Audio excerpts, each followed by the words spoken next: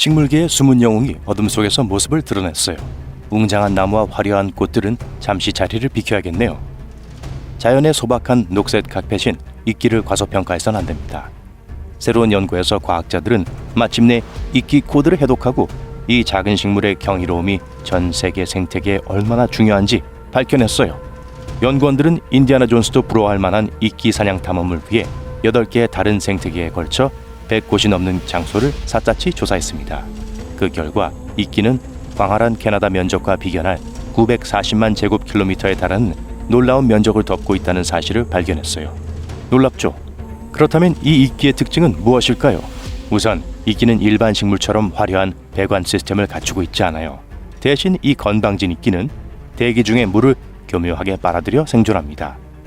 자연의 작은 물 흡수 스펀지라고 생각하면 돼요. 특히 호주의 건조한 지역에서 발견되는 일부 이끼는 생존의 기술을 마스터했습니다. 이끼는 가뭄이 심해지고 물이 부족해지면 다른 식물처럼 죽지 않아요. 대신 단단한 공 모양으로 말려서 정지 상태에 돌아갑니다. 동면과 비슷한 상태에 들어가요. 과학자들은 무려 한 세기 동안 뭉쳐서 동면하고 있던 이끼를 연구하기도 했습니다. 이끼에 물을 뿌려주자 짜잔! 식물 분해의 법칙은 무시하고 다시 살아났어요. 하지만 환경에 미치는 영향은 어떨까요? 이 녹색 슈퍼히어로들은 영양분 순환에 중요한 역할을 하며 질소, 인, 유기물과 같은 원소를 크게 증가시킵니다. 이 연구에서 이끼가 없는 토양과 이끼가 있는 토양을 비교한 결과 이끼가 있는 토양이 훨씬 더 좋았다고 해요. 이끼는 영양분을 매우 효율적으로 분배하고 대기의 과부하가 걸리면 문제를 일으키는 성가신 요소인 엄청난 양의 탄소를 저장합니다. 이끼는 성가신 병원균을 억제하는 데도 탁월합니다. 과학자들은 이끼가 있는 지역은 토양에 잠재적인 식물 질병이 더 적게 숨어 있다는 사실을 발견했습니다. 이제 이끼의 조경 기술에 대해 이야기해 볼게요. 얽히고 설킨 뿌리를 가진 이 식물은 자연의 토양 엔지니어로 마치 녹색 건설 대원처럼 모든 것을 하나로 묶어줍니다. 이끼의 얕은 뿌리는 다양한 식물이 번성할 수 있는 안정적인 표면을 만들어 복잡한 생태계가 번성할 수 있는 길을 열어줘요. 사막이나 툰드라처럼 나무가 밟기 두려운 곳에서는 이끼가 그 역할을 대신합니다. 이 달력적인 유기체는 이러한 열악한 환경을 지배하며 나무가 감히 엄두도 내지 못한 곳에 꼭 필요한 생물 다양성과 생명을 제공해요. 고밀도 이끼는 무성한 매트와 잔디를 만들어 척박해 보이는 이 지역의 토양과 생태계를 풍요롭게 만드는 데 기여합니다. 이끼의 마지막 속임수가 하나 더 있어요. 화산 폭발과 같은 큰 교란이 일어나 대지가 황폐해지면 누가 가장 먼저 다시 살아날까요? 회복력이 강한 남조류와 조류와 함께 이끼는 불운한 지형에 빠르게 서식하며 재생의 과정을 시작해요. 어떤 이끼는 빛의 슈퍼히어로기도 해요. 저조도 환경에서도 빠르게 적응할 수 있기 때문에 심지어 동굴에서 자라는 대담함도 가지고 있어요. 어떤 이끼종은 용의 금이라고 불립니다. 이 이끼는 화려한 에메랄드 빛으로 빛나는 쇼를 하는 방법을 알고 있어요. 이 이끼는 어떻게 그렇게 빛을 발할 수 있을까요? 먼저 이끼 보좌에서 돋아나는 실 모양의 놀라운 구조물인 프로토네마가 있습니다. 이 작은 경이로운 구조물 안에는 특별한 세포들이 이끼처럼 모여서 가능한 모든 빛을 흡수해요. 그것만으로는 충분하지 않다면 렌즈 모양의 세포도 일부 참여해서 빛에 약간의 초점을 맞춥니다. 그리고 빛이 납니다. 빛이 반사되어 매혹적인 녹색빛을 만들어내요. 마치 대자연이 선사하는 나만의 빛의 쇼를 보는 것 같아요. 일본의 몇몇 사람들이 이 식물을 천연기념물로 만들어 보기로 결정할 정도로 놀라운 광경입니다.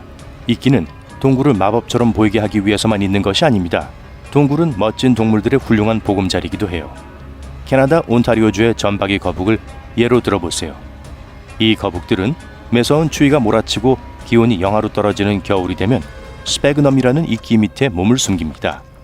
다행히도 이 놀라운 이끼를 실제로 보기 위해 캐나다로 여행할 필요는 없어요. 영국에서도 이 이끼를 볼 수 있습니다. 물이끼는 마치 스펀지 카펫과 같아서 황야와 습지의 땅을 덮고 있어요.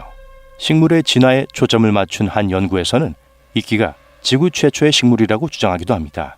적어도 엄밀히 따지면 그렇죠. 과거의 지구는 우리가 익히 알고 있는 무성한 녹색의 흔적이 전혀 없는 헐벗고 대머리 같은 행성이었어요.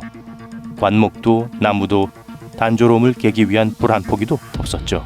처음에 과학자들은 지구의 바다를 벗어나 육지로 나온 최초의 식물은 단순한 식물이라고 생각했습니다. 하지만 이 연구는 기존의 생각을 뒤집었습니다. 초창기 개척자들은 단순하지 않았고 실제로는 매우 복잡한 존재였다는 것이 밝혀졌어요. 황량한 바닷속에서 이끼, 뿔풀, 간풀 등 놀라운 식물들이 육상식물의 진정한 선구자로 부상한 것이 밝혀졌습니다. 여러분이 무슨 생각을 하는지 알아요. 근데 잠깐만요. 간풀은 비바람이 불고 난 후 정원에서 발견되는 끈적끈적하고 질적거리는 것이 아닌가요? 네, 맞습니다. 하지만 소박한 메모에 속지 마세요. 이끼를 정원 가꾸기에 성가신 존재로 여기는 분들도 많지만 사실 이끼는 야외 오아시스의 환상적인 주가 요소가 될 수 있습니다. 이끼 정원의 가장 좋은 점은 무엇일까요? 이끼를 어떻게 보이게 할지 완벽하게 제어할 수 있다는 점입니다.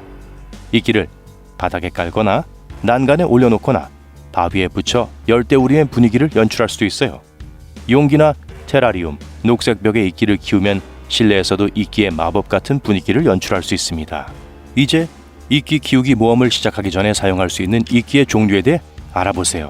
수직으로 자라며 불꽃처럼 뻗어나오는 귀여운 줄기를 가진 이끼의 일종인 침엽수 이끼가 있습니다. 섬세하기 때문에 건드리거나 밟지 않도록 주의하세요. 반면에 집에서 사용할 수 있는 또 다른 종류, 다육이끼는 양치류에 가깝고 포근한 카페처럼 넓게 퍼지는 종류도 있습니다. 이 이끼는 약간의 발자국과 외부의 방해에도 견딜 수 있어요. 다른 종류의 식물이 아니라 이끼를 선택한 이유는 무엇일까요? 우선 관리가 간편합니다. 이제 물을 주고 정원을 돌보는데 끝없이 시간을 소비하지 않아도 돼요. 이끼는 물 없이도 몇 달 동안 생존할 수 있으며 말라 죽어도 저절로 다시 살아납니다. 물을 많이 마시고 비료에 의존하는 다른 식물과는 달리 이끼는 최소한의 수분으로 만족하며 번성하는데 화학물질이 필요하지 않아요. 따라서 물을 절약할 수 있을 뿐만 아니라 유해물질이 토양으로 스며들어 대자연을 파괴하는 것을 방지할 수 있습니다. 이끼는 천연 공기청정기이기도 해요. 실내에서 이끼를 키우면 이끼는 생물학적 여과 시스템 역할을 합니다. 불쾌한 입자를 흡수해서 깨끗한 공기로 바꾸고 다시 공간으로 방출해요. 이제 이끼의 경이로움을 확신하셨으니 타이밍에 대해 이야기해 보겠습니다. 이끼를 키우기에 가장 좋은 시기는 봄 초입니다. 이때는 햇빛이 더 낮은 각도로 들어오고 땅이 겨울 비와 눈으로 인해 아직 촉촉한 상태죠. 실내에서 이끼를 키울 때는 선택은 여러분의 몫입니다. 이끼에 햇빛과 물이 닿을 수 있도록 하고 공간의 온도만 잘 관리하면 돼요. 집의 위치나 햇빛의 양에 따라 다소 까다로울 수도 있습니다. 하지만 약간의 계획과 노력으로 실내 이끼가 번성할 수 있는 완벽한 환경을 조성할 수 있으니 걱정하지 마세요. 테라리움의 멋진 세계를 잊지 마세요. 나만의 이끼 낀 미니어처 풍경을 만들고 싶다면 테라리움이 제격입니다. 유리 용기, 자갈 몇 개, 알갱이 숯, 화분용 흙, 이끼가 낀 카펫만 있으면 돼요. 마지막으로 굴러다니는 돌은 멀리하는 것을 잊지 마세요. 구르는 돌에는 이끼가 아시죠?